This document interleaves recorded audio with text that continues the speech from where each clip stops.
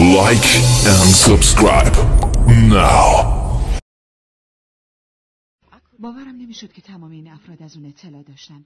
اونا بزرگترین چهره‌های تاریخ بشری بودن. افلاطون، شکسپیر، نیوتن، هوگو، بتهوون، لینکلن، امرسون، ادیسون، اینشتین. چرا هیچ کس از این راز چیزی نمیدونه؟ تنها کاری که من میخواستم بکنم در میون گذاشتن این راز با مردم جهان بود. پس به دنبال کسانی گشتم که زنده بودن و این راز رو میدونستند و یکی پس از دیگری پدیدار شدن.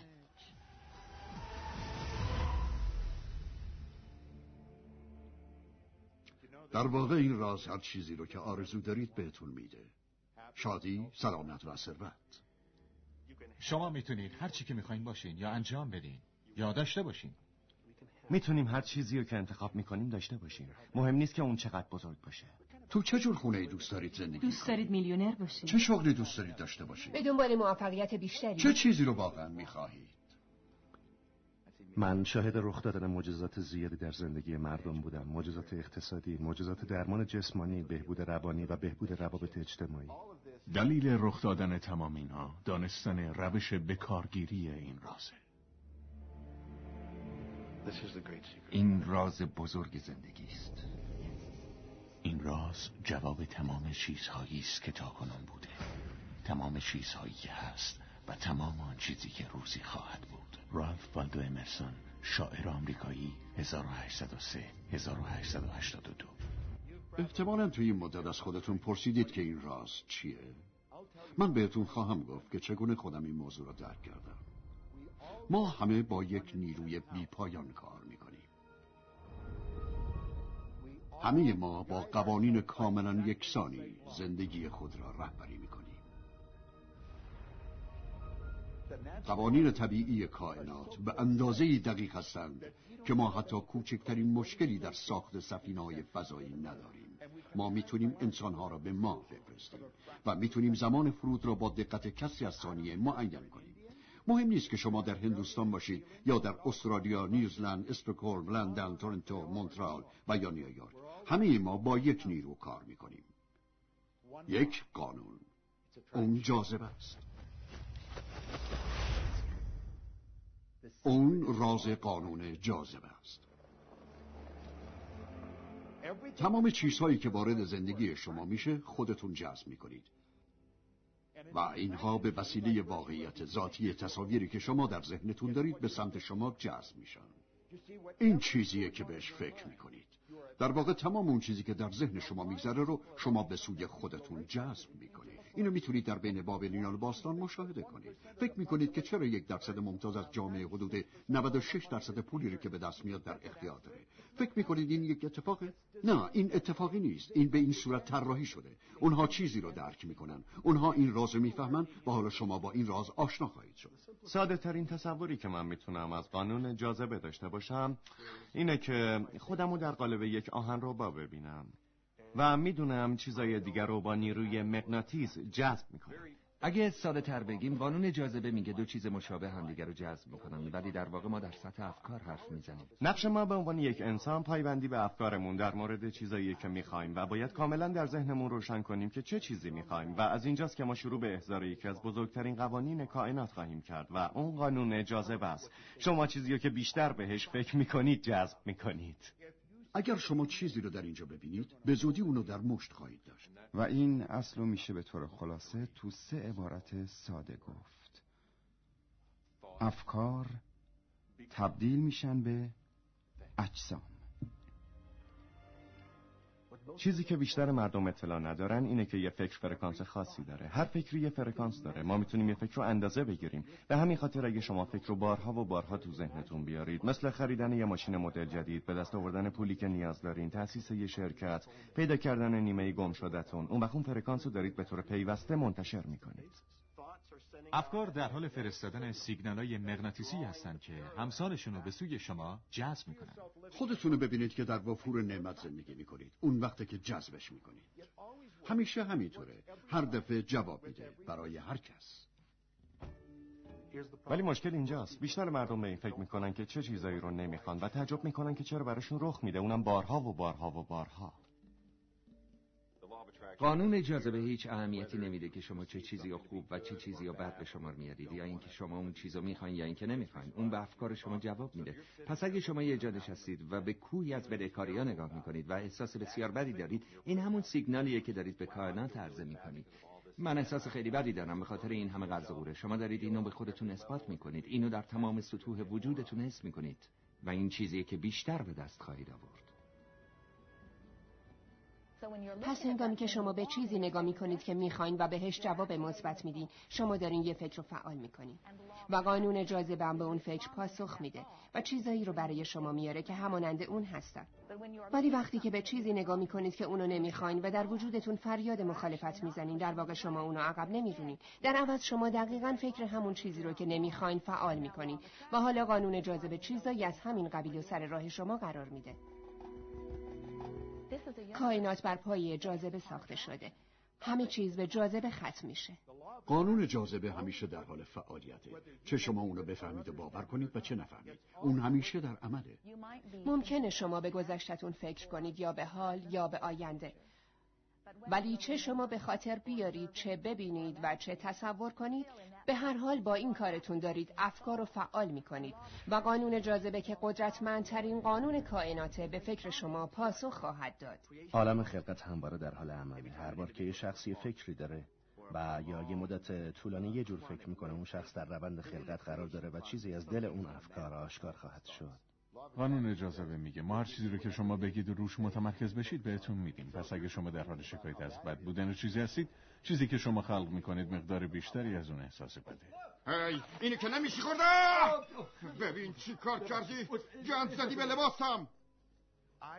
من یه شاگرد داشتم به اسم رابرت خیلی افسرده بود و توی دوره آموزشی اینترنتی من شرکت کرده بود که ارتباط با من از طریق ایمیل هم بخشی از اون بود. اون تمام واقعیات تلخ زندگیشو برای من بازگو کرد. تو محل کارش همه برای آزار اون دست به یکی کرده بودن. به خاطر رفتار بدی که باهاش داشتن همیشه زیر فشار بود. خودش میگفت وقتی تو خیابون راه میره سر هر چهار را با افراد مزاحمی روبرو میشه که میخواستن به طریقی آزارش بدن. اون همیشه میخواست که مجری یه برنامه کمدی باشه و وقتی که به روی صحنه میرفت تا یه برنامه کمدی اجرا کنه همه تحقیرش میکردن. من سعی کردم که بهش یاد بدم اون داره روی چیزی تمرکز میکنه که نمیخواد رخ بده. من ازش خواستم یه نگاهی به نامه‌هایی که واسه من فرستاده بندازه و بهش گفتم یه بار دیگه بخونش، ببین چقدر چیزا هست که تو نمیخوای و من مطمئنم که تو در این مورد خیلی احساساتی میشی. وقتی که روی چیزی با احساسات شدید متمرکز میشید باعث میشه که اون چیز سریعتر از این رخ بده. و از اونجا بود که اون شروع کرد به جدی گرفتن این موضوع، یعنی تمرکز به چیزی که میخواد. چیزی که در حدود 6 تا 8 هفته بعد اتفاق افتاد بدون شک یک معجزه بود. اون میگفت که تمام افرادی که توی محل کارش آزارش میدادن یا به بخش دیگه منتقل شدن یا از کار برای شرکت استعفا دادن یا اینکه کاملا دست از سرش برداشتن و حالا دیگه از شغلش خوشش میومد. اون متوجه شد که وقتی داشت تو خیابون قدم میزد دیگه هیچ کس جلوی راهش رو نمیگرفت و اذیتش نمیکرد و دیگه هیچ کس بهش بی احترامی نمیکرد. تمام زندگیش متحول شد برای اینکه اون تمرکز فکریشو از چیزایی که نمیخواست، چیزایی که ازش میترسید، چیزایی که ازشون دوری میکرد گرفت و به چیزایی داد که واقعا میخواست. خب پس ما میتونیم در دیدگاهمون و گرایشاتمون مثبت باشیم و گرایش پیدا کنیم به جذب افراد مثبت و شرایط مثبت. وقتی که ما در گرایشاتمون منفی باشیم یا عصبانی باشیم، در این صورت گرایش به جذب افراد عصبانی منفی و شرایط عصبانی و منفی خواهیم داشت. پس اون چیزی که شما به سوی خودتون جذب میکنید افکار برجسته و غالبی هستن که شما در ذهنتون دارید، چه این افکار آگاهانه باشه و چه ناخودآگاه. قانونش همین. اگر خوب دقت کنید وقتی بحث به موضوع این راز و قدرت ذهن ما و قدرت نیات ما در زندگی روزمره‌مون میرسه، همه چیز در دیدمونه. تنها باید چشمانمون رو خوب باز کنیم و نگاه کنیم. میتونید مصداق قانون جاذبه رو در اجتماعیتون به خوبی ببینید. وقتی که میبینید کسی که بیشتر از بیماری حرف میزنه خودش بیماره. وقتی که میبینید کسی که بیشتر از ثروت حرف میزنه ثروتمنده. قانون جاذبه همه جا در پیرامون شما حضور داره، فقط باید اونو بشناسید. در واقع تمام اون چیزهایی رو که شما تجربه میکنید به خاطر وجود این قانون جاذبه قدرتمند تجربه میکنید. ببینید من نمیخوام همینطوری یه چیزی بگم در مورد تفکر امیدوارانه یا دیوانگی خیالی. من میخوام براتون از یه مفهوم اساسی تر و عمیق‌تر صحبت کنم. فیزیک کوانتوم واقعا داره کم کم به این یافته میرسه که میگه شما نمیتونید جهانی رو داشته باشید بدون اینکه ذهن رو با اون تلفیق کنید و اینکه در واقع این ذهنه که داره هر چیزی رو ما میبینیم به شکل میده. حالا اگر شما اینو درک نمی کنید به این معنی نیست که حتما باید ردش کنید. بعضی ها الکتریسیته رو هم کاملا درک نمی کنن یا اینکه اصلا نمیدونن الکتریسیته چی هست، ولی با این حال از دستاوردش استفاده میکنن. آیا شما میدونید طرز کارش چطوره؟ من که نمیدونم، ولی اینو میدونم که شما میتونید غذای یه نفر رو با الکتریسیته بپزید و میتونید خود فردم بپزید. بیشتر مواقع وقتی که مردم این راز بزرگ رو درک میکنن به خاطر افکار منفی که دارن، وحشت وجودشون رو فرا میگیره. دو چیز هست که باید ازش مطلع باشن. اول، امروزه به صورت علمی ثابت شده که یه فکر مثبت صدها بار قوی تر از یه فکر منفیه، پس همین تا حدودی میتونه اون نگرانی رو برطرف کنه. شما در دنیایی زندگی میکنین که یک فاصله زمانی بر اون حکم فرماست و این واقعا به نفع شماست. شما واقعا نمیخواین که در محیطی باشین که افکار شما فوراً پدیدار بشن.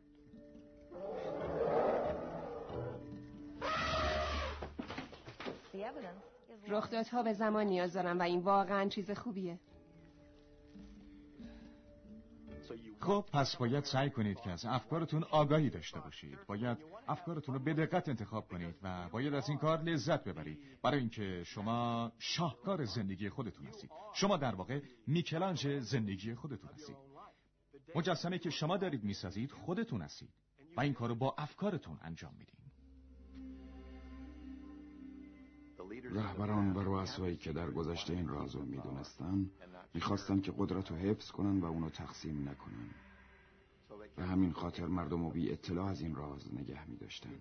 مردم سر کارشون میرفتن، کارشون رو انجام میدادن، به خونه برمیگشتن. اونا روی یک غلطک قرار داشتن بدون هیچ قدرتی برای اینکه این راز بین تعداد کمی حفظ شده بود.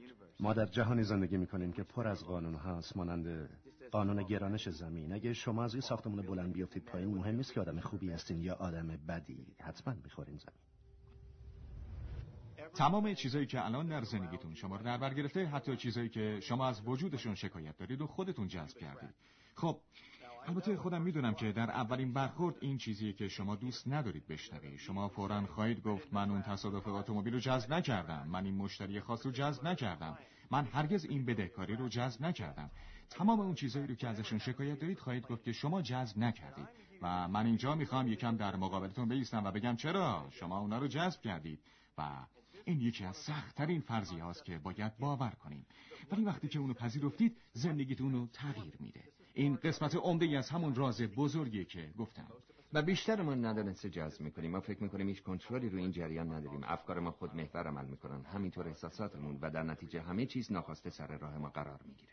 حالا که برای اولین بار این چیزا رو میشنوید ممکنه احساس کنید که خب حالا از این به بعد باید مراقب افکارم باشم. این حتما کار خیلی سختی خواهد بود. خب اول کار اینطور به نظر خواهد اومد، ولی جذابیت موضوع از همینجا شروع میشه. ما نمیخوایم شما رو تشویق به کنترل و نظارت بر افکارتون بکنیم. یه همچین کاری آدمو دیوونه میکنه. افکار بسیار متعددی هستن که به سمت شما میان، اونم از منابع متعدد و متفاوتی در مورد موضوعات متعدد و متفاوت. اینجاست که سیستم راهنمایی حسی شما وارد عمل میشه. احساسات شما سیستم راهنمایی احساسی شماست که به شما کمک میکنه تا بفهمید به چه چیزی فکر میکنید. افکار شما احساساتتون رو پدید میارن. احساسات نعمت بزرگیه که به ما داده شده که باعث میشه بفهمیم که چه چیزی رو جذب میکنیم. از دیدگاه ما تنها دو احساس وجود داره. یکی احساس خوبه و دیگری احساس بده. شما روی اونا اسمای بسیار متفاوتی میذارین، ولی اساساً تمام اون احساسات منفی، چه اسمشو بذارید احساس گناه، چه عصبانیت، چه ناامیدی، همه یک احساس یکسان براتون دارن. احساس خوبی نمی‌کنید و تمام اونا مثل یک راهنما میمونن که میگن اون چیزی که الان دارید بهش فکر میکنید با اون چیزی که واقعاً میخواید همجهت نیست. در یه گفتار دیگه بهش میگن فرکانس بد یا ارتعاشات بد یا هر چیزی که میخواین اسمشو بذارین. اونی که احساس خوبی رو داره، مثل حس امید یا خوشحالی یا عشق، اون احساس خوب، اون حس مثبت، راهنماییه که میگه اون چیزی که الان دارید بهش فکر میکنید در جهت همون چیزی قرار داره که شما واقعا میخواین. خب پس به همین آسونیه. الان دارم چه چیزی رو جذب میکنم؟ احساس خوبی دارم. خیلی خب، پس همین احساس رو داشته باش. احساسات ما یه مکانیسم ارزیابی برای ما درباره این که داریم راه درست رو میریم یا نه، که روشمون درسته یا غلط.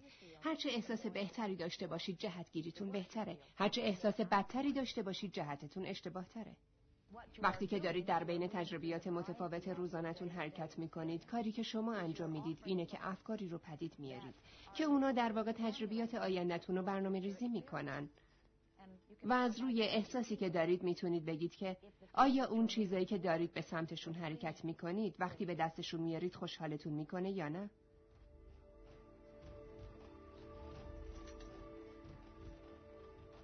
هر اون چیزی که شما دارید احساس میکنید بازتاب کاملی از چیزی که در روند پدید آمدنه. و دقیقاً اون چیزی که احساس میکنید براتون اتفاق میفته و نه دقیقاً چیزی که بهش فکر میکنید. به همین خاطره که اگه کسی صبح با اخم و ناراحتی بیدار بشه همینطورم بد میاره. اون وقت تمام روز همونطور پیش میره. حتی فکرش هم نمی کنن که یه تغییر ساده در احساساتشون میتونه تمام روز رو تغییر بده. اگه با خوشی یه روز خوب رو شروع کنید و شما توی یه احساس خوب و پایدار باشید، تا وقتی که اجازه ندادید چیزی حالتون رو تغییر بده، طبق قانون جاذبه موقعیت‌هایی رو و مردمی رو جذب می‌کنید که اون حس خوب رو تداوم می‌بخشن. روزهای خوب، روزهای بد، پولدارها پولدارتر میشن، فقیرها فقیرتر. اینا همش به خاطر چیزاییه که این افراد غالباً و مستمراً احساس میکنن. همین الان میتونید شروع کنید به احساس سلامتی، میتونید شروع کنید احساس ثروت رو، میتونید شروع کنید عشقی رو که شما رو در بر گرفته احساس کنید، حتی اگه وجود نداره.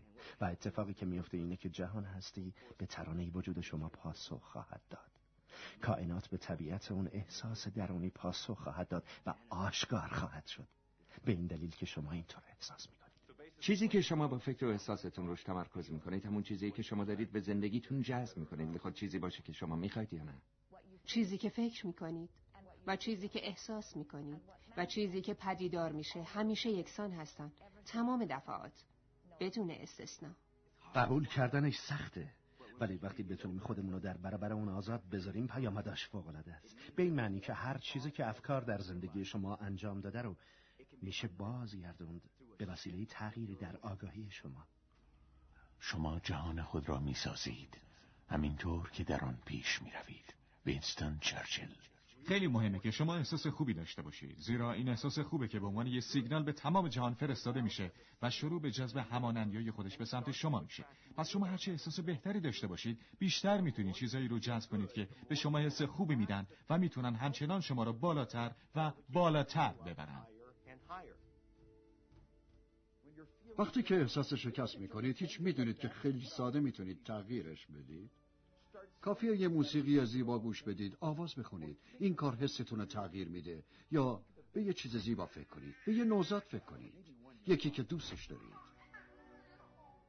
و روش توقف کنید. اون فکر رو واقعا تو ذهنتون نگه دارید و هر چیز دیگه ای رو بریزید بیرون. برای مثال این اصل حیوان دستاموزتون هم در بر میگیره که من فکر میکنم فوق‌العاده است، چون شما رو توی حالت احساسی بی‌نظیر قرار میده. وقتی نسبت به حیوانتون احساس عشق میکنید، این احساس عشق خیلی بزرگه که میتونه خوشبختی رو به زندگی شما بیاره. و واقعا چه نعمتی. و هنگامی که شما به این راه و روش عادت کنید، وقتی شروع کنید به راهنمایی افکارتون بر اساس احساسی که اونا براتون پدید میارن و هنگامی که شروع کنید به توجه به رابطه‌ای که بین احساسات شما و افکار شما و چیزی که براتون اتفاق میفته، زودتر از اونی که فکر میکنید خواهید دید که شما خالق زندگی خودتون هستید و کسایی که شما رو از دور میبینن از دیدن زندگی کامل و بی‌نظیر شما در تعجب میمونن. از موقعی که من این رازو فرا گرفتم و اونو در زندگیم به کار بستم، زندگی من واقعا جادویی شده. فکر میکنم این همون زندگی که همه آرزوشو دارن و زندگی من همواره همینطوره. زندگی میتونه کاملا رویایی باشه و اینطور هم خواهد بود اگر شما از این راز استفاده کنید.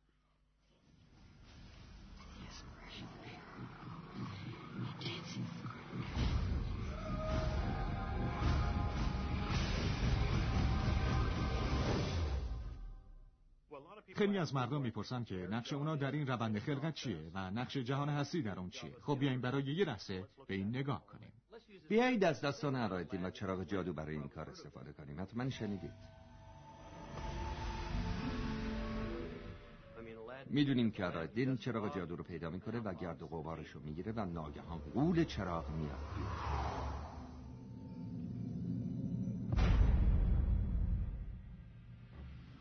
غول چراغ همیشه فقط یک چیز رو تکرار میکنه. فرمان بردارم سرورم. میدونید که ما فکر میکنیم اون 3 آرزو داشته، ولی اگه شما رد پای داستان رو تا مبدأش دنبال کنید میبینید که به هیچ وجه اینطور نیست. محدودیتی وجود نداشته. حالا بیایید این داستان رو بگیریم و گسترش بدیم و در زندگی شما به کار ببریم. به یاد بیارید که علایالدین کسیه که همیشه به دنبال خواسته هاشه و در اینجا جهان هستی رو داریم که در قالب غول چراغ ظاهر شده و در آداب و رسوم مختلف عناوین مختلفی هم براش گذاشتم، مثل فرشته نگهبان، من برتر. در واقع هر اسمی میشه روش گذاشت. شما هر چیزی که به نظرتون بهتره صداش کنید، ولی تمام مکاتب به ما گفتن که یه چیزی بزرگتر از ما وجود داره و غول چراغ همیشه یک حرفو میزنه. فرمان بردارم سرورم. خب پس بهتره که اینجا بگیم روند خلقتی فرایند 3 مرحله‌ایه. قدم اول اینه که شما باید اون چیزی رو که میخواید طلب کنید. برای این طلب کردن و خواستن نیازی به کلمات ندارید. در واقع جهان هستی اصلا به کلمات شما گوش نمیده. کائنات کاملا به افکار شما پاسخ میده.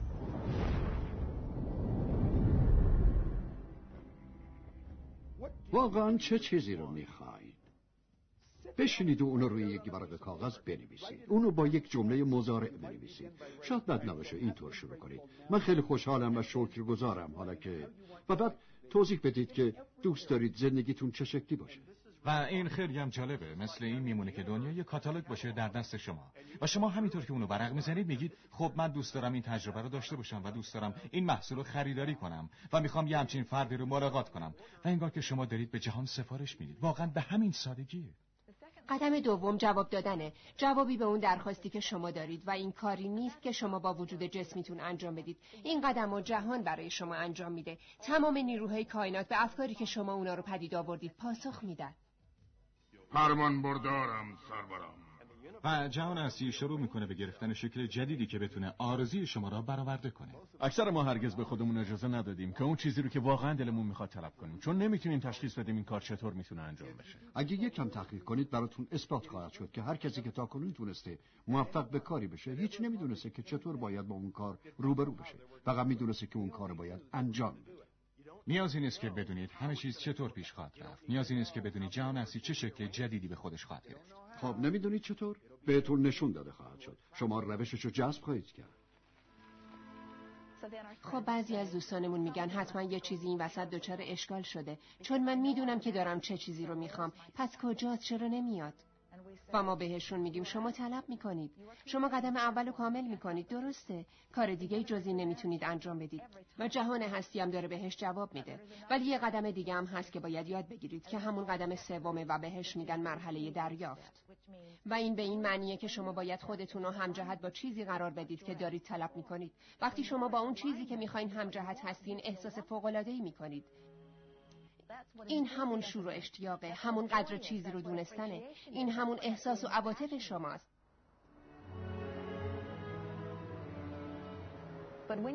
ولی وقتی شما احساس یأس میکنید یا ترس یا عصبانیت، اینها نشانگرهای قدرتمندی هستن از اینکه شما همکنون همجهت نیستید با اون چیزی که واقعا میخواید. و از این رو وقتی که شروع به درک این کنید که همه چیز وابسته به احساسیه که شما دارید و شروع کنید به پیش بردن افکارتون بر مبنای احساسی که براتون به وجود میارن، کم کم احساس درستش رو پیدا میکنید و اون وقتی که با اون یکی شدید و حالا است که اون باید در زندگی شما پدیدار بشه.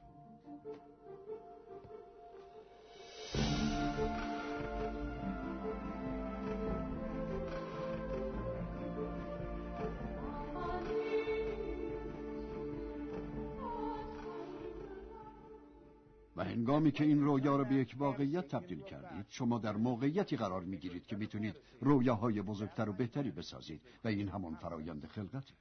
خب پس قانون جاذبه، مطالعه و کاربرد قانون جاذبه در واقع یافتن چیزهاییه که به شما کمک میکنن احساس رسیدن به آرزوتون رو پدید بیارید. برید یه دوری با اون ماشین بزنید، برید اساسیه اون خونه رو بخرید، وارد خونه بشید، هر کاری که لازمه تا به شما احساس رسیدن به آرزوتون رو بده انجام بدید و اونا رو به خاطرتون بسپارید. هر کاری که به شما کمک کنه به این هدف برسید عملاً به شما کمک میکنه که اونو جذب کنید. میتونید فکر کنید که از خواب بلند میشید، اون اونجاست، ظاهر شده، یا ممکنه ایده خوبی به ذهنتون خطور کنه که بهش عمل کنید. میتونید کارتون رو از هیچ شروع کنید و از دل هیچ چیز و از دل هیچ راهی رو پیدا خواهید کرد.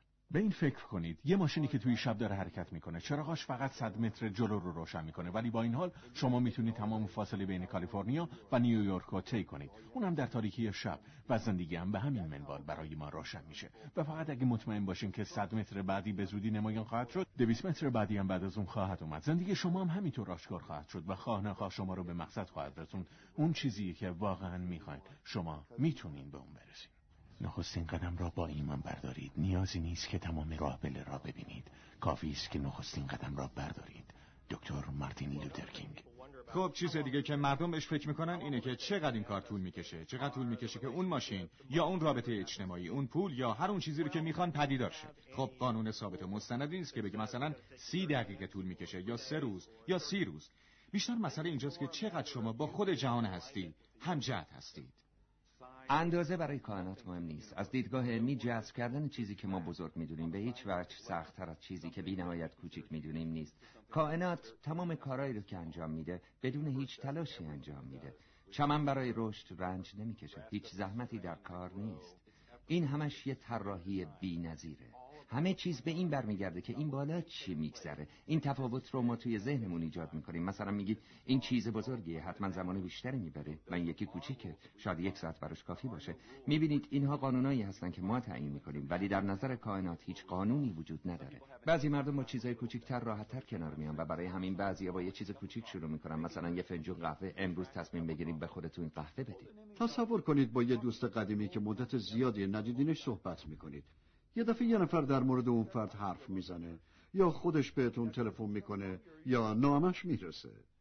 من تو ذهنم یه جای پارک و دقیقاً همون جایی که میخوام تصور میکنم و 95% اوقات همون جا گیرم میاد و من راحت توش پارک میکنم. 5% مواقع هم 1-2 دقیقه همونجا منتظر میشم تا یه نفر ماشینشو در میاره و من جای اون پارک میکنم. این دقیقاً همون کاریه که من همیشه انجام میدم.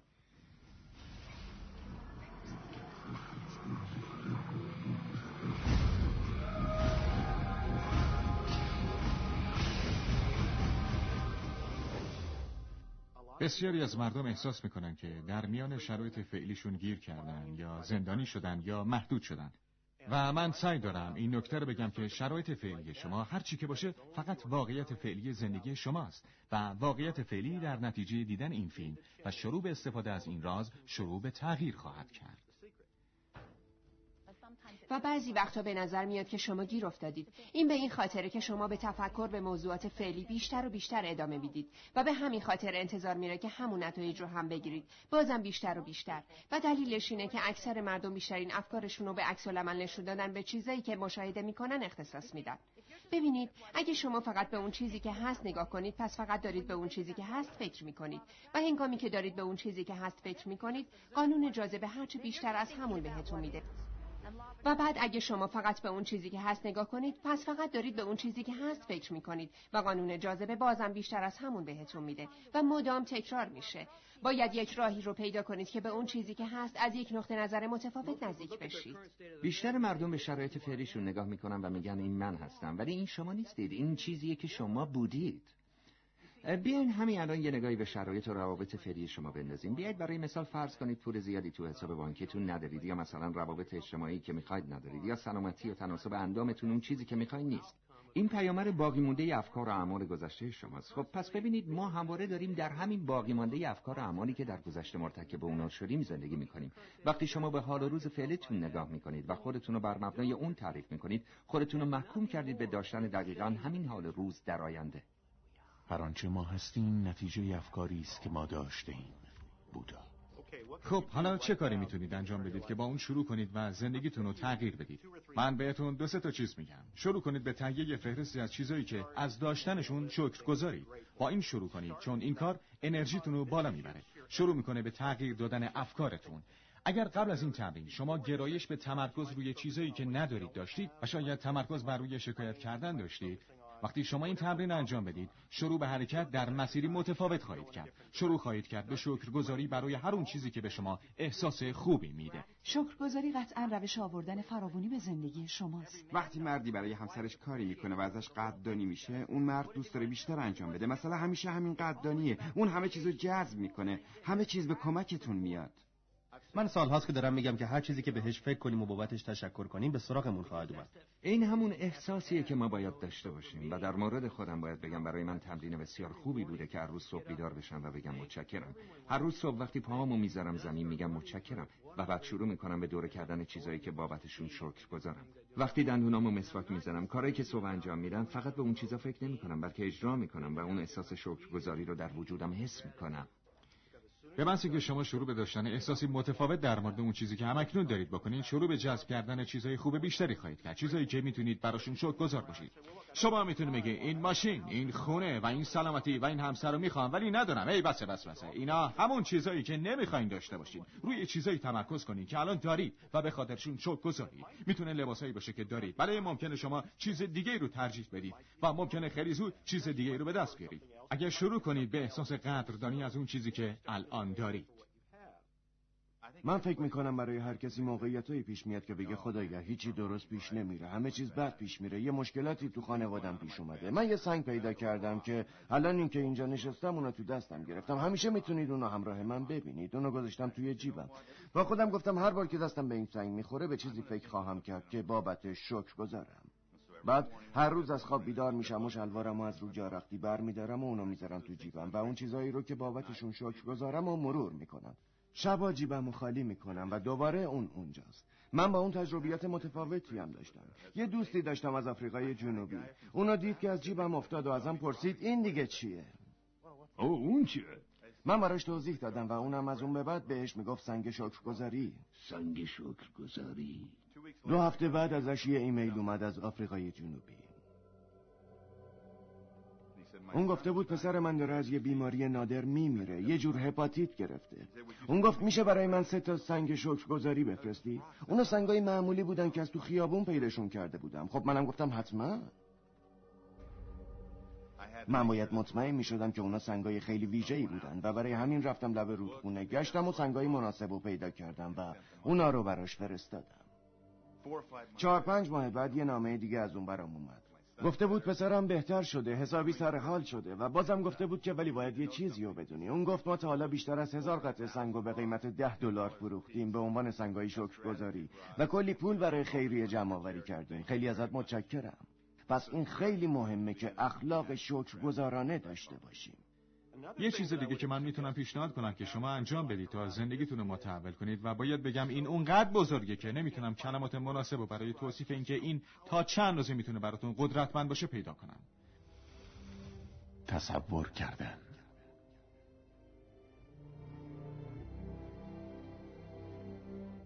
من فرایند تجسم کردن از برنامه آپولو یاد گرفتم و طی دهه 80 و 90 اونو در برنامه المپیک به کار بستم و اسمشو گذاشته بودم تمرین با موتور تجسمی. وقتی چیزی رو تجسم میکنید سپس اونو پدید میارید. و نکته جالب در مورد ذهن اینه که ما قهرمانان و ورزشکاران المپیک آوردیم و به دستگاه‌های ارزیابی زیستی خیلی پیچیده متصل کردیم و ازشون خواستیم مسابقهشون رو فقط در ذهنشون انجام بدن. خیلی شگفت انگیز بود. با اینکه اونا اون مسابقه رو در ذهنشون داشتن میدویدن، همون عضلات با همون ترتیبی کار کردن که انگار اونا در مسیر واقعی دارن میرن. چطور این ممکن بود؟ چطور ذهن نمیتونه این تفاوت رو تشخیص بده که آیا واقعا شما دارید اون کار رو انجام میدید یا این فقط یه تمرینه؟ وقتی که دارید تجسم میکنید، وقتی که اون تصویر داره تو ذهن شما پخش میشه، همیشه فقط و فقط به نتیجه پایانی تمرکز کنید.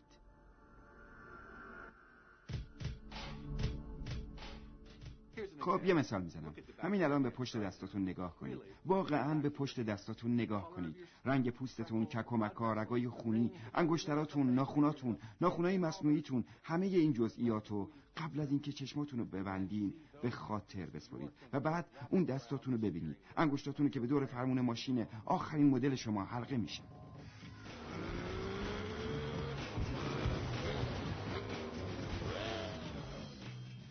این یه تجربه کاملا تصویریه، خیلی واقعیه. در این لحظه خیلی واقعیه، اونقدر که حتی دیگه احساس نمی کنید که به اون ماشین نیاز دارید، چون احساس می کنید که الان اونو دارید. ببینید، در واقع این احساسه که جاذبه رو ایجاد میکنه، نه فقط تصویرش یا فکرش.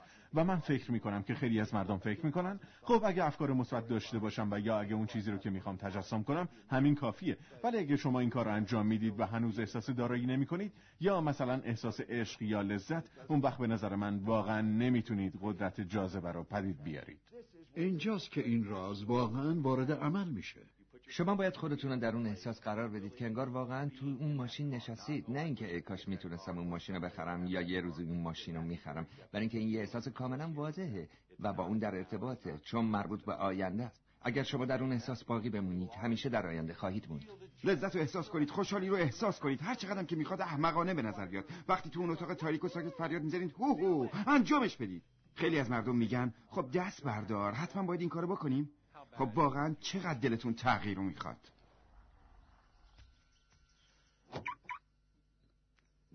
و اون احساس و اون بینش درونی تبدیل خواهد شد به یک دروازه گشوده که از درون اون قدرت کائنات نمودار خواهد شد. قدرت چیست؟ من نمیتوانم بگویم، تنها میدانم که وجود دارد. الکساندر گراهام بل. وظیفه ما این نیست که چگونه رو دریابیم، چگونه خودش نمایان خواهد شد از بطن پایبندی و ایمان به چیزی که داریم.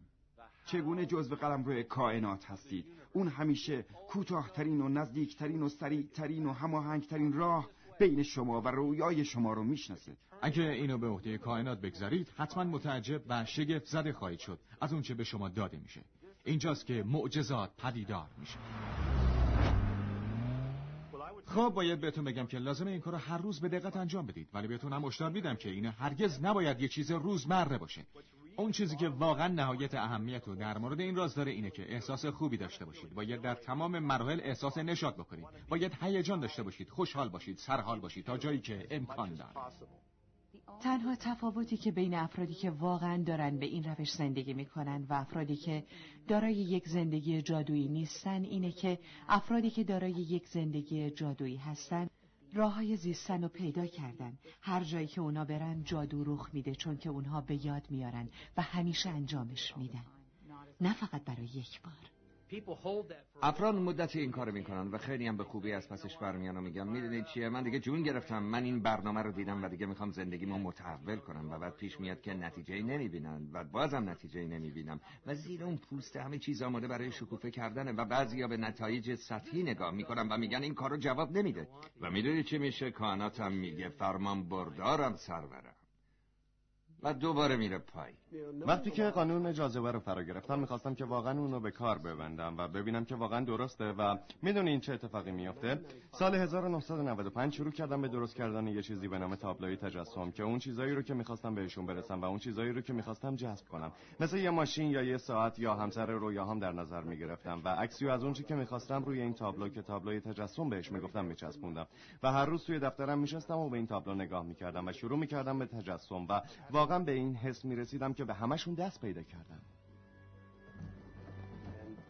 داشتیم برای اسباب کشی آماده می شدیم و تمام اساسیه رو و تمام جعبه ها رو می ذاشتیم توی انبار و در طی 5 سال من 3 بار اسباب کشی کردم و در آخرم به کالیفرنیا رفتم و این خونه رو خریدم و حدود 1 سالم تعمیرش کردم و بعد تمام اساسیه‌مو از خونه 5 سال پیشم به این خونه آوردم. یه روز حدود ساعت 7:30 صبح پسرم اومد توی دفتر من و یکی از جعبه هایی که 5 سال بود بسته‌بندی شده بود درست جلوی در بود و پسرم اومد تو و نشست رو اون جعبه و شروع کرد به کوبیدن روی جعبه و من گفتم عزیزم میشه لطفاً بس کنی، من اینجا دارم کار میکنم. چی تو این جعبه است پدر؟ خب عزیزم اونا تابلوهای تجسم منن. تابلوی تجسم دیگه چی؟ من گفتم خب اون یه جاییه که من هدفامو بهش میچسبونم، عکسشونو میبرم و همه رو میچسبونم به عنوان چیزایی که میخوام تو زندگی به دست بیارم. خب البته اون 5 سال و نیمش بود و اینو نمیفهمید و من گفتم خب بذار نشونت بدم پسرم، اینطوری راحت میفهمی چی میگم. و بعد من جعبه رو باز کردم و هنگامی که تابلوی تجسمو کشیدم بیرون یه عکسی اونجا بود از یه خونه که من 5 سال پیش تجسمش میکردم و اون چیزی که برام خیلی تکون دهنده بود این بود که ما داشتیم تو اون خونه زندگی میکردیم. نه یه خونه مثل اون، من خونه رویاهامو خریدم، بازسازیش کردم و حتی اینو نمیدونستم و من به اون خونه نگاه کردم و شروع کردم به گریه به خاطر اینکه خیلی تحت تاثیر قرار گرفته بودم. چرا داری گریه میکنی؟ عزیزم بالاخره فهمیدم که قانون جاذبه چطور عمل میکنه. بالاخره قدرت تجسم رو درک کردم. حالا کاملا درک میکنم تمام چیزایی رو که خوندم، تمام چیزایی رو که باشون کار کردم در تمام عمرم، که چطور اون شرکت‌ها رو تأسیس کردم. در مورد خونه‌ام همین اتفاق افتاد و من خونه رویاهامو خریدم و خودمم خبر نداشتم. تخیل همه چیز است. تخیل پیشتر آمدی از جاذبه های آینده زندگی است. آلبرت اینشتین.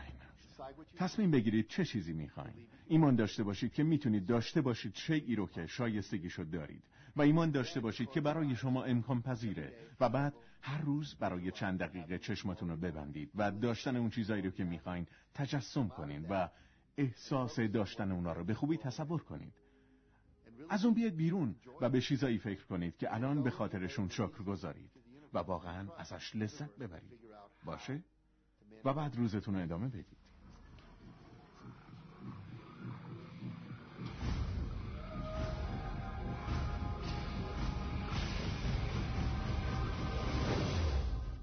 اون فکر میکرد که افراد پولدار افرادی بودن که سر همه کلاه میذاشتن و فکر میکرد هر کسی که پول داره حتما یکی رو فریب داده بود. خب منم با عقاید زیادی در مورد پول بزرگ شدم که اگه پول داشته باشم آدم بدیم. پدرم میگفت آدمای شرور پول دارن و دیگه اینکه خب پول که از درخت نمیافته. این خیلی پر استفاده بود. فکر کردی من کیم؟ راکفلر؟ این یکی از عبارات مورد علاقهش بود. خب من با این عقیده راسخ بزرگ شدم که زندگی سخته، باید رنج کشید و وقتی با استون آشنا شدم عملا شروع به تغییر زندگیم کردم. And it was only when I met W. Clement Stone that I literally began to shift my life. هر آنچه را که ذهن انسان بتواند درک کند میتواند به دست بیاورد. W. کلمنت استون. وقتی که من با استون کار میکردم اون بهم گفت میخوام که یه هدف مشخص کنی که اونقدر بزرگ باشه که اگه بهش برسی از تعجب خشکت بزنه و اینو بدونی که فقط به خاطر چیزی که من به تو یاد دادم تونستی به این هدف برسی. خب اون موقع من سالی حدود $8,000 درآمد داشتم و به دلایلی میخواستم هدفمو انتخاب کنم که بشه ارزش مشخصی براش قائل شد. پس من گفتم من میخوام $100,000 در یک سال در بیارم. و هیچ ایده‌ای هم نداشتم که چطور این کارو بکنم. هیچ استراتژی و هیچ امکانی رو تصور نمی‌کردم، ولی با خودم گفتم من اینو اعلام می‌کنم، واضح بیان می‌کنم و بهش ایمان خواهم داشت. یه جوری رفتار می‌کنم که انگار اتفاق افتاده و منتشرش می‌کنم و من این کارو کردم. و یکی از اون چیزایی که اون یادم داد این بود که هر روز چشمو ببندم و اهدافمو تجسم کنم به شکلی که الان بهشون رسیدم. و منم برای خودم یه اسکناس $100,000 درست کرده بودم که چسبونده بودمش به سقف. اینطوری اون اولین چیزی بود که بعد از بیدار شدنم می‌دیدم. به بالا نگاه می‌کردم و اون اینجا بود و بهم یادآوری می‌کرد که خواسته من اینه و بعد من چشامو می‌بستم و داشتن این $100,000 رو تجسم می‌کردم. روش زندگیمو. جالب این بود که در 30 روز آینده هیچ اتفاق خاصی نیفتاد. خیلی ناگهانی وقتی زیر دوش بودم یه ایده $100,000 به ذهنم رسید. من یه کتاب داشتم که خودم نوشته بودم و به خودم گفتم که اگه بتونم 400,000 نسخه از کتابمو هر کدوم 25 سنت بفروشم اون وقت $100,000 گیرم میاد. خب کتاب که آماده بود ولی من هرگز این فکر رو نداشتم. فکر میکنم یکی از رازها هم همین باشه. وقتی شما افکار الهام شده ای دارید باید بهشون اعتماد کنید و باید به اونها عمل کنید. خب ولی من نمیدونستم چطور باید این کارو بکنم. نمیدونستم که چطوری میتونم 400,000 نسخه رو بفروشم. هرگز این کارو نکرده بودم. و بعد من مجله نشنال انکوایر رو تو سوپرمارکت دیدم. من اونو میلیون‌ها بار دیده بودم و فقط به عنوان پس زمینه، ولی ناگهان اون به طرف من پرید و شد تصویر اصلی. من فکر کردم اگه خواننده‌های مجله در مورد کتاب من بدونن مطمئنا 400,000 نفر خواهند رفت و اونو خواهند خرید. نسخه زیبایی بود. میخوام باهاتون مصاحبه کنم. بذارید کارتمو بهتون بدم. خبرنگار کجایی؟ من آزاد کار میکنم. مقالاتمو میدم به نشنال انکوایرر. یاد سریال ماجراهای باور نکردنی افتادم. نه فهمیدم این واقعیت داره. بعد اون مقاله چاپ شد و فروش کتاب من شروع کرد به بالا رفتن. ولی اون نکته‌ای که من میخوام بگم اینه که من داشتم تمام این اتفاقات متفاوت و اون خبرنگار رو به زندگیم جذب میکردم. خلاصه این که من اون سال $100,000 رو به دست نیاوردم. ما $92,327 درآوردیم. ولی فکر میکنید که افسرده شده بودیم و میگفتیم نه جواب نمیده؟ نه، ما میگفتیم خدایا این شگفت انگیزه. و حتی همسرم به من گفت وای اگه این برای $100,000 عملیه فکر میکنی برای $1,000,000 هم باشه؟ و من گفتم نمیدونم، فکر میکنم بشه، بیا امتحانش کنیم. و ناشر من در واقع برام یه چک کشید. اون چک حق تلیف بود برای اولین کتاب سوپ مرغ برای رو. اون یه صورت خندان روی امضاش کشیده بود چون اولین چک $1,000,000 بود. پس من از تجربه خودم آگاهم، چون خودم میخواستم که امتحانش کنم که آیا واقعا این راز عمل میکنه. ما اونو با آزمایش گذاشتیم و اون کاملا عمل کرد و حالا من زندگیمو به همین روش ادامه میدم تمام روزامو. خب من میتونم فکر کنم که خیلی‌ها که الان دارن این فیلمو میبینن چی فکر میکنن و اون اینه که من چطور میتونم پول بیشتری رو به زندگیم جذب کنم. چطور میتونم بیشتر از اون اسکناس‌های سبز گیر بیارم؟ چطور میتونم ثروت و مکنت بیشتری فراهم کنم؟ چطور وقتی که شغلم رو دوست دارم میتونم با مشکل بدهکاریام مواجه بشم و این باور که ممکنه سقفی برای پولی که من در میارم وجود داشته باشه چون من دارم از طریق شغلم پول در میارم. من چطور میتونم بیشتر در بیارم؟ قصدشو داشته باشید. این برمیگرده به یکی از چیزایی که ما در طول تمام این برنامه داشتیم در موردش صحبت میکردیم. وظیفه شما اینه که اون چیزی رو که میخواید از کاتالوگ کائنات انتخاب و اعلام کنید. خب اگه پول یکی از ایناست، بگید که دوست دارید چقدر داشته باشید. من دوست دارم که $25,000 درآمد غیر منتظره داشته باشم، اونم در 30 روز آینده یا هر جور آرزوی دیگه‌ای که دارید. اگر مردم هدفشون خلاص شدن از بدهکاری، این شما رو تا ابد بدهکار نگه می‌داره. هر اون چیزی رو که بهش فکر میکنید جذب خواهید کرد. شما میگید این خلاص شدن از قرضه؟ اگر دارید به بدهکاری فکر میکنید بدهکاری رو جذب میکنید. یه برنامه پرداخت قروض اتوماتیک طراحی کنید و شروع کنید به تمرکز بر ثروت. مردم به من میگن من دوست دارم درآمدمو در سال آینده 2 برابر کنم، ولی بعد که به اعمالشون نگاه میکنیم میبینیم اونا کارایی رو که برای این هدف لازمه انجام نمیدن و خب اون وقت فوری برمیگردن و میگن خب من نمیتونم پول اینو بدم. خب باشه، میدونید چیه؟ کائنات میگه فرمانبردارم سرورم. همینطور که دارید به خاطر پول نداشتن غر میزنید، در حالی که دارید با دوستتون در مورد پول نداشتن صحبت میکنید. همینطور که به خاطر پول نداشتن احساس ناراحتی میکنید، در واقع دارید فکری رو در ذهنتون فعال میکنید و یا به فعالیتش نیرو میبخشید که بسیار با اون خواسته‌ای که مطرح کردین تفاوت داره. بالاخره نتیجه‌ای که اینجا میگیریم اینه که شما نمیتونید پول بیشتری رو طلب کنید در حالی که رو کم بودنش تمرکز میکنید. وقتی که اولین بار راز رو فهمیدم برام قبض میومد. هر روز یه دسته قبض لای نامه‌ها برام میومد و من فکر میکردم که اینها چطور میتونم اینو تغییر بدم.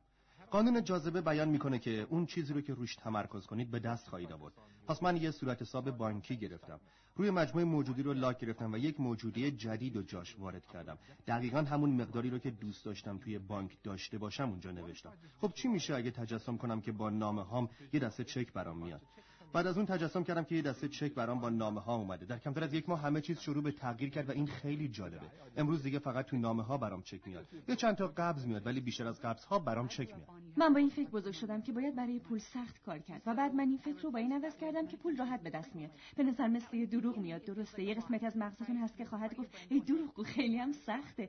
پس باید بدونین که این بروبیات و مدتی مثل مسابقه تنیس وجود خواهد داشت.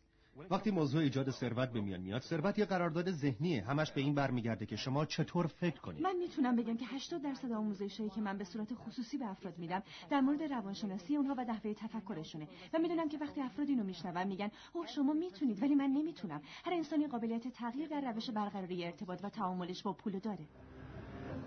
من افراد زیادی رو میبینم که شاید درآمد فوق‌العاده زیادی داشته باشن ولی روابطشون به یکی گند میره. در ضمن این یه عبارت فنیه و این ثروت نیست. واقعا اینطور نیست. ببینید شما میتونید به دنبال پول برید و ممکنه پولدار بشید ولی این تضمین نمیکنه که ثروتمند بشید. من نمیخوام بگم که پول جزئی از ثروت نیست، بلکه قطعا هست ولی فقط جزئی از اونه. و بعد من افراد زیادی رو میبینم که نمیدونم مثلا افراد معنوی هستن ولی اونا همیشه مریضن. اینم ثروت نیست. زندگی باید در تمام وجوه پربار و غنی باشه. خیلی از مردم در فرهنگ غرب جداً به دنبال موفقیتن، میخوان خونه خوبی داشته باشن، میخوان که کسب و کارشون به خوبی پیش بره، خیلی از اینجور چیزا. ولی چیزی که من در تحقیقاتم بهش رسیدم اینه که داشتن همه اینا به هیچ وجه تضمین نمیکنه که به چیزی که واقعاً میخوایم برسیم که اون خوشبختیه. و از اینجاست که تمام اون چیزهای حاشیه‌ای به دست میان. اگه به دنبال اونها بریم تا به خوشبختی برسیم، بهشون نمیرسیم. برعکس، شما ابتدا به دنبال حس لذت درونی، آرامش درونی، بینش درونی میرید و بعد تمام اون چیزها از دور و بر پدیدار خواهند شد.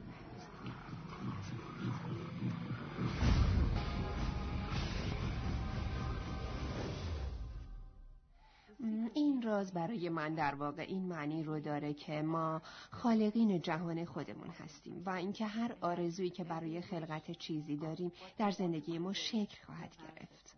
برای همین خیلی مهمه که چه چیزی آرزو میکنید، چه افکاری دارید، چه احساساتی دارید، برای اینکه پدیدار خواهند شد. درون یک رابطه خیلی مهمه که ابتدا بفهمیم که چه کسی داره وارد اون رابطه اجتماعی میشه و منظور من مخاطب شما نیست، منظور من خود شمایید. چطور انتظار دارید کسی از مصاحبت شما لذت ببره وقتی خودتون لذت نمیبرید؟ پس دوباره قانون جاذبه یا همون راز کارش شروع میکنه. کارش اینه که اونو به زندگی شما بیاره و شما باید موضوع رو روشن کنید. این سوالیه که من میخوام بهش فکر کنید. آیا با خودتون اونطور رفتار میکنید که دوست دارید دیگران با شما رفتار کنن؟ شما تبدیل به راه چاره خودتون میشین. نگین که هی تو به من بدهکاری یا باید بیشتر بهم بدین. در عوض بیشتر به خودتون بدین. وقتی رو بذارید برای پرداختن به خودتون، به نحوی که خودتون رو تا اشباع پر کنید، تا جایی که سرریز کنید و به بقیه بدین. من وارد خیلی از روابط شدم به این امید که دوستم زیبایی منو بهم نشون بده. من نیاز داشتم که اون زیبایی منو بهم نشون بده، چون که من احساس زیبایی نمی کردم. چون وقتی که من داشتم بزرگ می شدم، قهرمانان زن من تو سریال های فرشتگان چارلی بودن یا مثلا زن شگفت‌انگیز، و با اینکه اونها زنای فوق‌العاده‌ای بودن، هیچ کدومشون شبیه من نبودن. همینطور بود تا وقتی من ایستادم و عاشق لیسا شدم، با لبای درشت و پاهای چاقش، پوست قهوه‌ای و آفریقایی. یه چیز شگفت‌انگیزی هست. من 44 ساله که دارم خودم رو مطالعه میکنم و دوست دارم خودم رو ببوسم. برای اینکه باید عادت کنید که عاشق خودتون باشید. در مورد خودبینی حرف نمیزنم. منظور من یه احترام به نفس سالم و منطقیه و همینطور که خودتون رو دوست دارید بقیه هم دوست خواهید داشت. بعضی اوقات افراد خواهند گفت همکارم تو اداره خیلی آدمای منفی‌ان، یا مردی که من باهاش زندگی میکنم خیلی عصبانیه، یا بچه‌هام خیلی برام مایه نگرانیان. و ما میگیم شما باید خودتون رو با بهترین وجه با افرادی که اطراف شما هستن همجهت کنید. ما بهتون پیشنهاد میکنیم که یه دفترچه بگیرید و یه فهرست از نکات مثبت افرادی که زمان زیادی رو با اونا صرف میکنید تهیه کنید. ممکنه کسی باشه که شما تجربه وحشتناکی رو باهاش داشتین یا رابطه وحشتناکی رو، و در خلوت ذهن خودتون و با کمی سعی و تلاش اعتراف خواهید کرد وقتی که روی چیزایی متمرکز میشین که بیشتر دوست دارین، اون افرادم در برابر شما بیشتر به اون کارا میپردازن. و با اینکه شما نمیتونید در زندگی اونا خلقت ایجاد کنید، اگر اونا در حالتی یا رفتاری باشن که به حالت و رفتار شما نسبت به اونا شبیه نباشه، راه اونا از راه شما جدا میشه. اگر شما پتانسیل خودتون رو برای احساس خوبی میدونستید، دیگه هرگز از کسی نمیخواستید که متفاوت باشه تا شما بتونید احساس خوبی داشته باشید. خودتون رو از تمام این ناممکنهای طاقت فرسا رها میکردید که بخواهید جهان و همسرتون و یا فرزندتون رو کنترل کنید. شما تنها کسی هستید که زندگیتون رو میآفرینید، چرا که هیچ کس دیگه نمیتونه برای شما فکر کنه. هیچ کس نمیتونه این کارو بکنه، فقط کار خودتونه.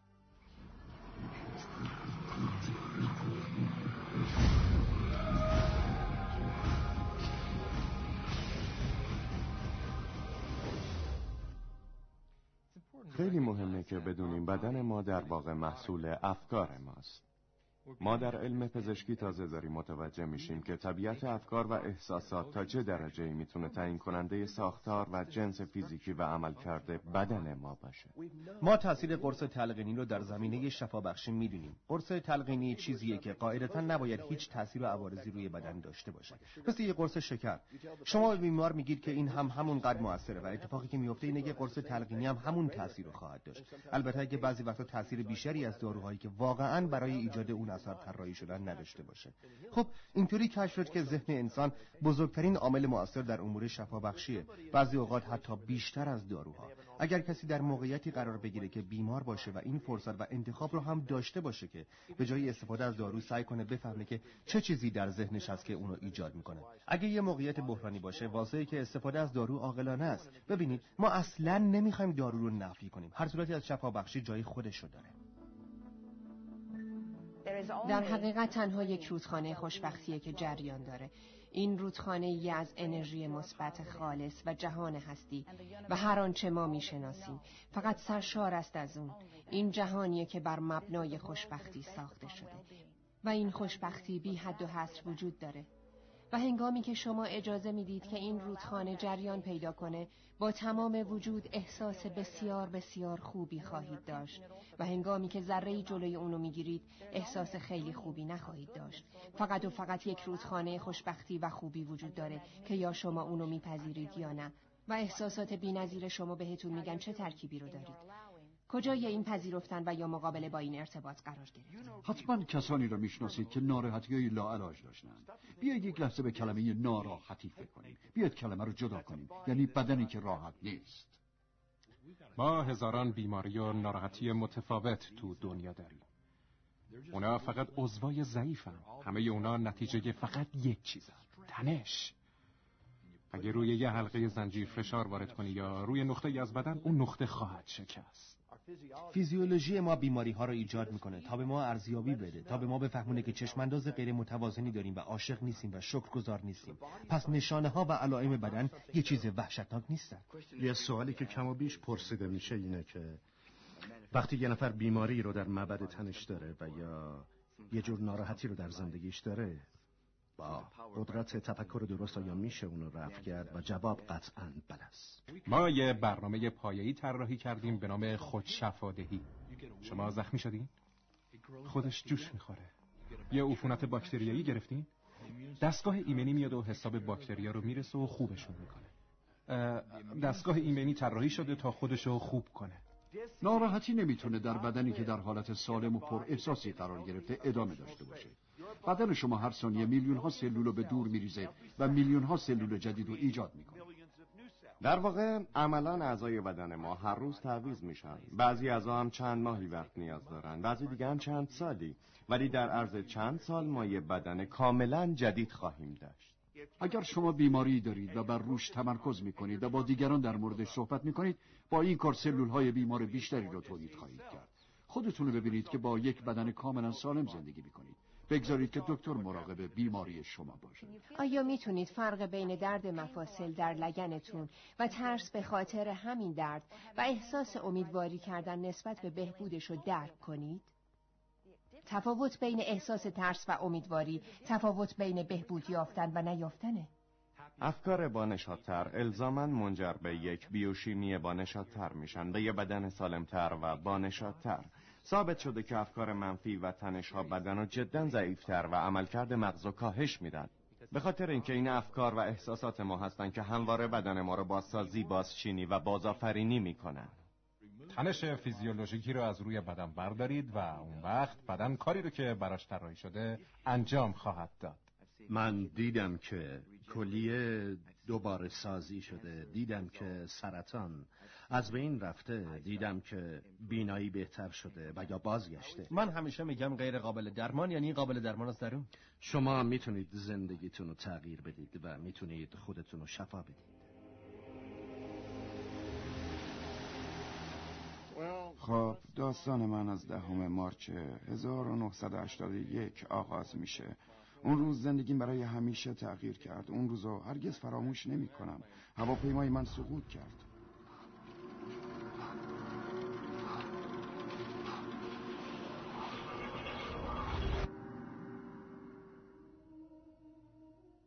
منو به بیمارستان بردن در حالی که کاملا فلج شده بودم. قطع نخاع شده بودم. مهره‌های اول و دوم گردنم شکسته بود. عکس‌العمل‌های بلع و کاملا از دست داده بودم. نمیتونستم بخورم و بنوشم. پرده دیافراگمم نابود شده بود. نمیتونستم نفس بکشم. تنها کاری که میتونستم بکنم پلک زدن بود. البته دکترها میگفتن که تمام عمرم و مثل یک گیاه خواهم بود. تنها کاری که بقیه عمر میتونستم انجام بدم پلک زدن بود. این تصویری بود که اونا از من داشتن، ولی مهم نبود که اونا چی فکر میکنن. مهم این بود که من چی فکر میکنم. تا کریسمس سر پا از اینجا میرم. خودم رو تجسم کردم که دوباره یه فرد عادیم و از بیمارستان قدم میذارم بیرون. تنها چیزی که باید تو بیمارستان باهاش کار میکردم ذهن من بود و وقتی که بتونید ذهنتون رو کنترل کنید میتونید همه چیز رو به جای اولش برگردونید. من به یه دستگاه تنفس وصل بودم و اونا میگفتن من دیگه هرگز نمیتونم خودم نفس بکشم چون دیافراگمم از بین رفته بود، ولی یه صدای ضعیفی بود که بهم میگفت نفس بکش، نفس بکش.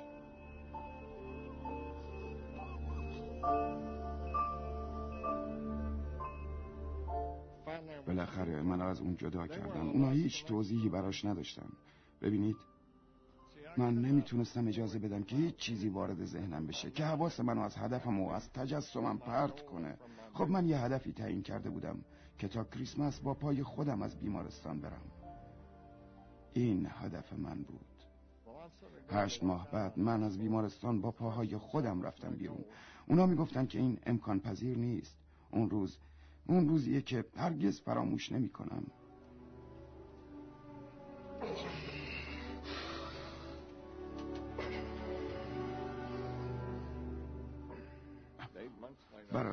برای افرادی که الان یه جا نشستن و دارن این برنامه رو میبینن و درد دارن، اگه من بخوام زندگیمو خلاصه کنم و برای مردم خلاصه کنم که در زندگی میتونن چیکار کنن، من اینطور خلاصه میکنم در 6 کلمه: انسان چیزی میشه که بهش میاندیشه. انسان همونطور زندگی میکنه که در تفکرشه.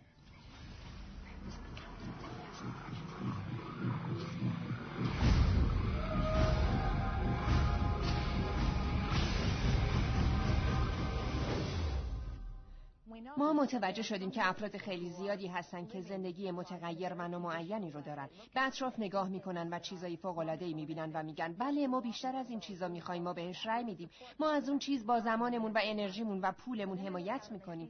ولی بعد دوباره نگاه میکنن و چیزایی رو میبینن که نمیخوان، چیزایی وحشتناکی که اونا نمیخوان تجربهشون کنن و دوست ندارن ببینن دیگران تجربهش میکنن و بعد میگن ما باید برای خلاص شدن از این چیزا یه کاری بکنیم. ولی اینا نمیدونن که هرچی بیشتر با این ناخواسته ها مقابله میکنن قدرتمندترشون میکنن. در این دنیا ما در برابر فقر میجنگیم و در برابر سرطان، در برابر بارداری زود هنگام، در برابر تروریسم و در برابر خشونت میجنگیم. در برابر تروریسم میجنگیم. یادم که نرفت بگم در برابر تروریسم میجنگیم و تمام این درگیری ها فقط اونا رو زیاد میکنه. برای اینکه شما نمیتونید بگید نه و همه چیزو عقب برونید. وقتی دارید فریاد میزنید نه، قانون جاذبه همون چیزا رو سر راهتون قرار میده. با هر چه مقابله کنید ایستادگی میکند. کارل یونگ. دلیل اینکه اون چیزی که باش مقابله میکنید ایستادگی میکنه اینه که مدام به خودتون میگید وای من از این خوشم نمیاد، این باعث میشه دوباره همون سرتون بیاد. ببینید حرکت‌های ضد جنگ باعث جنگ میشه. حرکت‌های ضد مواد مخدر مواد بیشتری تولید میکنه چون رو چیزی تمرکز میکنیم که نمیخوایم. مردم خواهند گفت خب پس من نباید به اینا فکر کنم، این یه حقیقته. و ما میگیم این مثل این میمونه که بگیم به خاطر اینکه یه نفر اونقدر به چیزی فکر کرده که اونو نمیخواسته تا اون چیز ایجاد شده، حالا منم باید همین کارو بکنم. و ما میگیم که این منطق واقعا غیر قابل قبوله. مادر ترزا نابغه بود، میگفت هرگز سوی راهپیمایی ضد جنگ شرکت نمیکنم. اگه راهپیمایی صلح داشتید خبرم کنید. اون این رازو فهمیده بود. ببینید چه کاری در این دنیا انجام داد. خب پس اگه شما ضد جنگین، طرفدار صلح شین. اگه مخالف گرسنگی هستین، پشتیبان این باشید که غذای کافی برای خوردن باشه. اگه شما مخالف یه سیاستمدار خاص هستین، از رقیبش حمایت کنید. خیلی از اوقات رأی‌گیری‌ها به نفع کسایی به پایان میرسه که مردم واقعا مخالفشون هستن.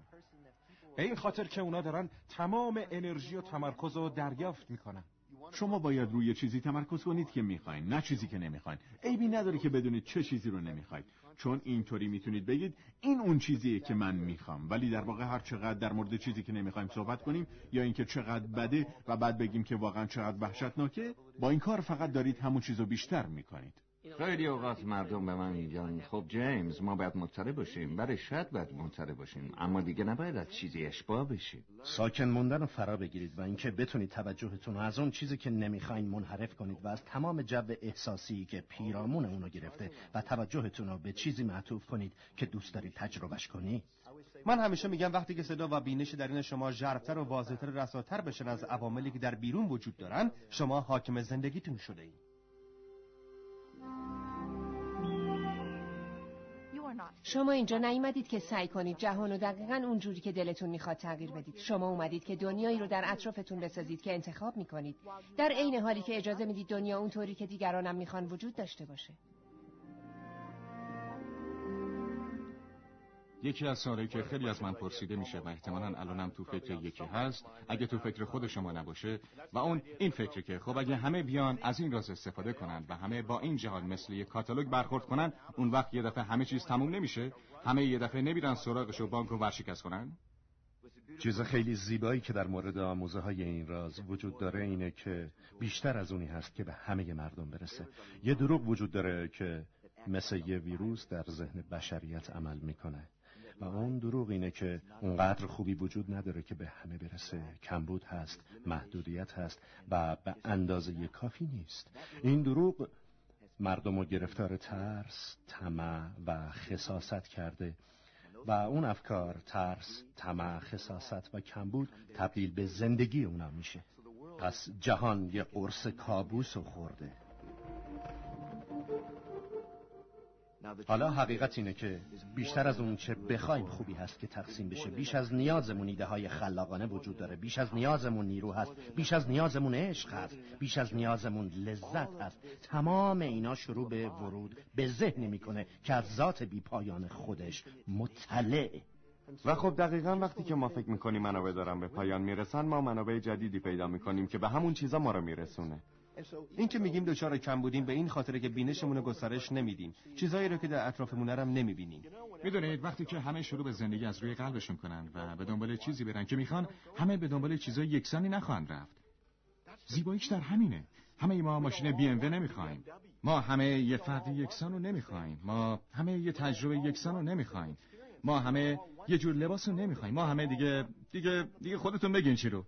به اندازه کافی برای همه هست. اگه اینو باور کنید، اگه بتونید اینو ببینید، اگه بتونید طبقش عمل کنید، اون وقت براتون نمایان میشه. این حقیقته. پس بذارید تنوع زندگی شما رو هیجان زده کنه، وقتی که میتونید از بین اون چیزایی که میخواین انتخاب کنید و وقتی چیزی رو میبینید که اونو در زندگیتون میخواین بهش فکر کنید، مکان احساسیشو پیدا کنید، واردش بشید، در موردش حرف بزنید و بنویسید، مطلبی در موردش بنویسید، با تبدیل شدن به همانند اونو واقعیت خودتون کنید. وقتی که اون چیزایی رو که میبینید در زندگیتون نمیخواین، در موردش حرف نزنید، در موردشون ننویسید، عضو گروهایی نشید که نگران اون چیزان، باهاشون درگیر نشید، سعیتون رو بکنید که بهشون محل نذارید. توجهتون رو از اون چیزایی که نمیخواین منحرف کنین، در حالی که توجهتون رو متمرکز میکنید روی اون چیزایی که واقعا میخواین. بیشتر رهبران گذشته بزرگترین بخش این راز رو از دست دادن که قدرت بخشی و تقسیم اون با دیگرانه. این بهترین دوران در تمام طول تاریخ برای زنده بودنه. این اولین باریه که تا حالا این قدرت رو داشتیم که دانش رو با سرانگشتامون بیاموزیم.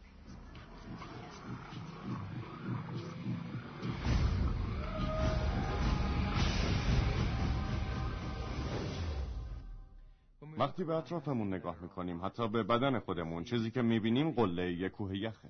یه لحظه به این فکر کنید، دستتون رو بگیرید و بهش نگاه کنید. خب دست شما جامد به نظر میاد، ولی واقعا اینطور نیست. اگر بگذاریدش زیر یک میکروسکوپ مناسب، یک حجم انرژی رو خواهید دید که در حال ارتعاشه. همه چیز دقیقاً از یه چیز یکسان به وجود اومدن. میخواد دست شما باشه، میخواد اقیانوس باشه. همه چیز از انرژیه. خب بذارید یکم کمکتون کنم تا بهتر بفهمید. ابتدا جهان هستی و کهکشان ما و بعد درون این بدن اعضای بدن هستن و بعد سلول ها هستن، همینطور مولکولا و بعد نوبت میرسه به اتما، بعدش میرسیم به انرژی. خب پس سطوح زیادی است که بشه در موردشون صحبت کرد، ولی همه چیز در جهان هستی انرژیه. مهم نیست که شما در کدوم شهر زندگی میکنید، شما نیروی کافی رو در بدنتون دارید، نیروی بالقوه‌ای رو که میشه باش تمام اون شهر رو برای حدود یک هفته روشن کرد. مردم خودشونو با این بدن فانی تعریف میکنن، ولی شما یه بدن فانی نیستید. حتی زیر میکروسکوپ شما یه میدان انرژی هستید. اگه به سراغ یه فیزیکدان کوانتوم برید و بگید چه چیزی دنیا رو میسازه، خواهد گفت انرژی. خب انرژی رو توصیف کنید. میگه انرژی رو هرگز نمیشه به وجود آورد یا نابودش کرد، همیشه بوده و خواهد بود. هر چیزی که تا حالا به وجود اومده برای همیشه وجود خواهد داشت. به یک فرم وارد میشه، درونش قرار میگیره و از اون خارج میشه. بر اساس کتاب مقدس میشه گفت که ما تصویر و شمایلی از خدا هستیم.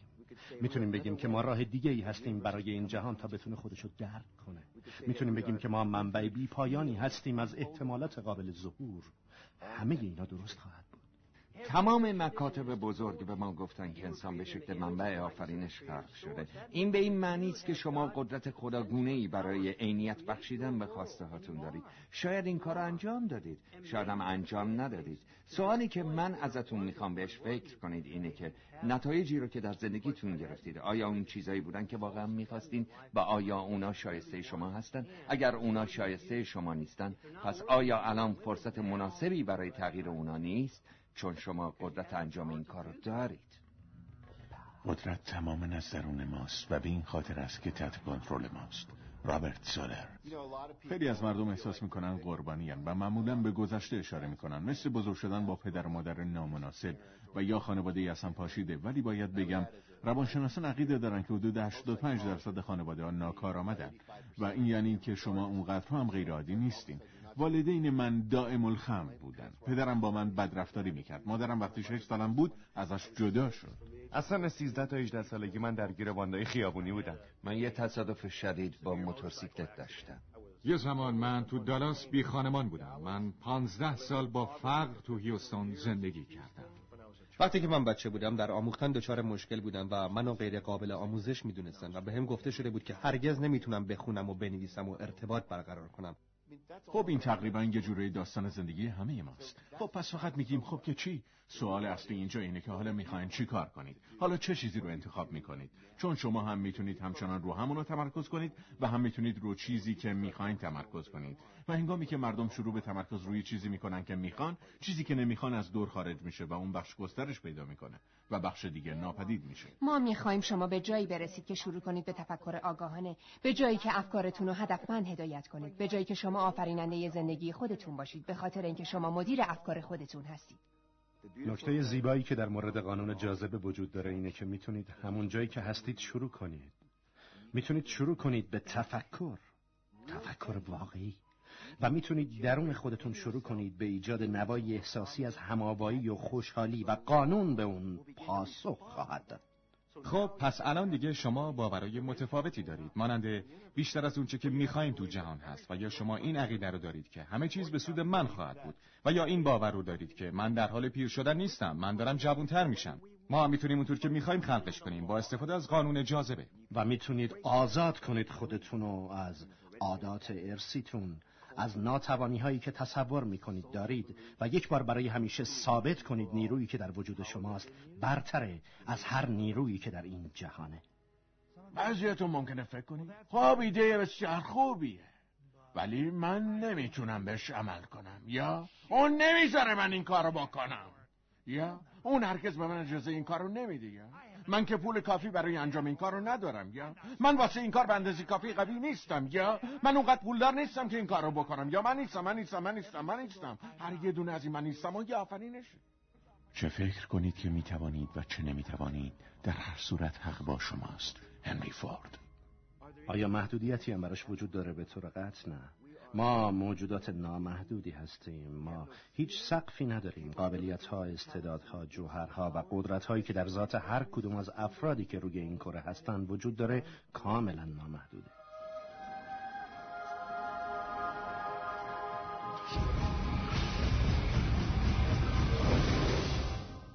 تخت سیاهی توی آسمان وجود نداره که خداوند روش قصد و هدف شما و مأموریت شما رو در زندگی نوشته باشه.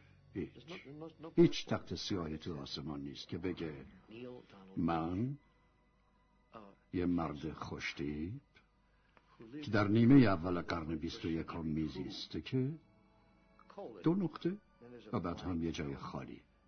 میدونید چی میگم؟ و تمام کاری که من باید بکنم برای درک اینه که اینجا چه میکنم، چرا من اینجا، اینطور باشه که اون تخت سیاه رو پیدا کنم و بفهمم که خداوند در واقع چه نقشه‌ای برای من داره. ولی این تخت سیاه وجود نداره. پس مقصد شما اون چیزیه که خودتون انتخاب میکنید. مأموریت شما مأموریتیه که خودتون به خودتون میدید. زندگی شما اونطور خواهد بود که خلقش میکنید و هیچ کس در مورد اون قضاوت نخواهد کرد، نه حالا و نه هرگز. سالای زیادی طول کشید تا من اینو بفهمم، به این خاطر که من بیشتر با این عقیده بزرگ شدم که میدونید یه چیزی هست که قرار من به انجام برسونم و اگه من اون کارو نکنم اون وقت یه جوری خداوند از من راضی نخواهد بود. میفهمید که وقتی من واقعا فهمیدم که هدف اصلی من احساس و تجربه لذت، اون وقت تازه شروع کردم به انجام تنها اون چیزایی که برای من لذت به همراه داشتن، مثل اون ضرب المثلی که میگه اگه لذت بخش نیست انجامش نده. لذت، عشق، آزادی، خوشحالی، خنده، این اون چیزیه که هست و اگر با 100 نشستن و تفکر کردن شما میتونید اون لذت رو تجربه کنید، خب به خاطر خدا انجامش بدید. اگر با خوردن یه ساندویچ کالباس لذت رو تجربه میکنید، خب همین کارو بکنید. وقتی گربه‌مو نوازش میکنم احساس لذت میکنم، وقتی در طبیعت قدم میزنم لذت میبرم. پس میخوام که همواره همین احساسو داشته باشم. وقتی این کارو میکنم در نظر داشتن اون چیزی که من میخوام و اون چیز خودش پدیدار میشه. پس شادی درونی در واقع جوهره موفقیته. هر چیزی که به شما احساس خوبی بده همیشه بیشتر از همونو به طرفتون جذب میکنه. شما که دارید الان به این گوش میدید، این شمایید که اینو به زندگی خودتون کشوندین. این انتخاب شماست. اگه احساس خوبی داشته باشه بگیریدش و به کار ببندینش. اگه حس خوبی نداشته باشه خودتون بهتر میدونین، ولش کنین بره. چیزی پیدا کنید که احساس خوبی داشته باشه، که با قلب شما هم‌آوا باشه. به دنبال خوشی بروید، کائنات درهایی را برایتان خواهد گشود که دیگر دیواری نیست. جوزف کمبل گفت به دنبال خوشی خود بروید. ما فکر میکنیم این بهترین کلماتی هستن که تا حالا شنیدیم اگر بر زبان جاری بشه، و اگر کسی بتونه به دنبال خوشی خودش بره، مسیری رو طی خواهد کرد که به فراوانی و خوشبختی در تمام زمینه ها منتهی میشه. با ما از زندگی لذت ببرید، برای اینکه زندگی شگفت‌انگیزه، یه سفر خیره کننده است.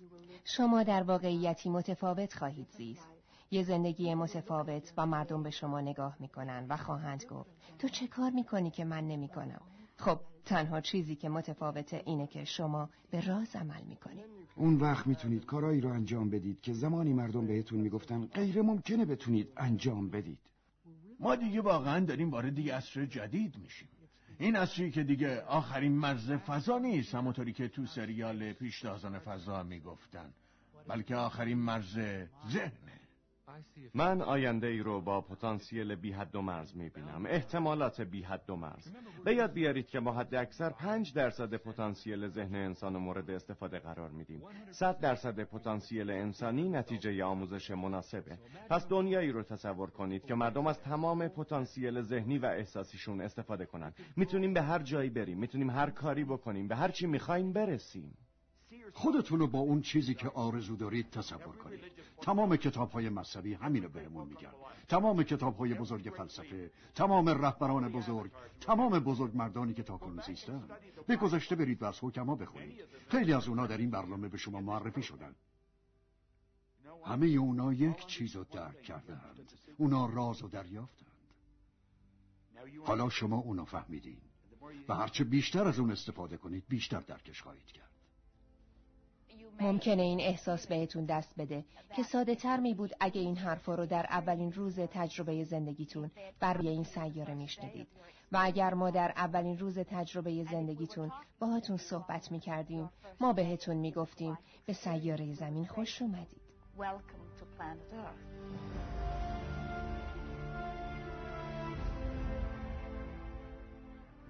چیزی وجود نداره که شما نتونید باشید یا انجام بدید یا داشته باشید. شما آفریننده شگفت‌انگیز هستید و شما اینجا هستید به خاطر خواستن قدرتمند و ارادی شما که اینجا باشید، پیش برید، در حالی که به چیزهایی میاندیشید که میخواهید، در حالی که تجربه زندگی رو جذب میکنید تا در انتخاب اون چه میخواین کمکتون کنه، و هنگامی که انتخاب کردید تنها به اون فکر کنید.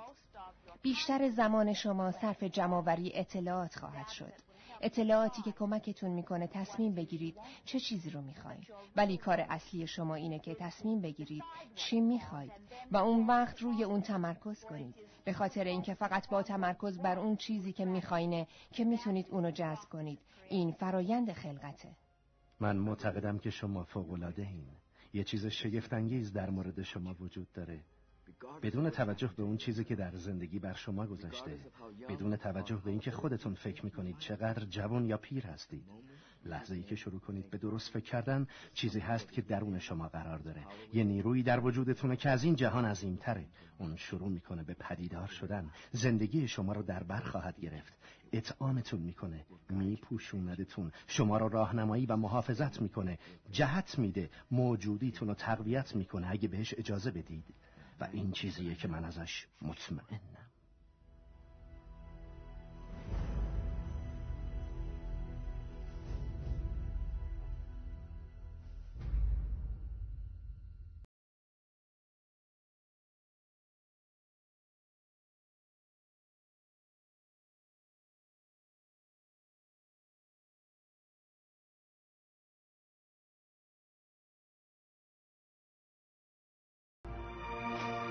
Like and subscribe now.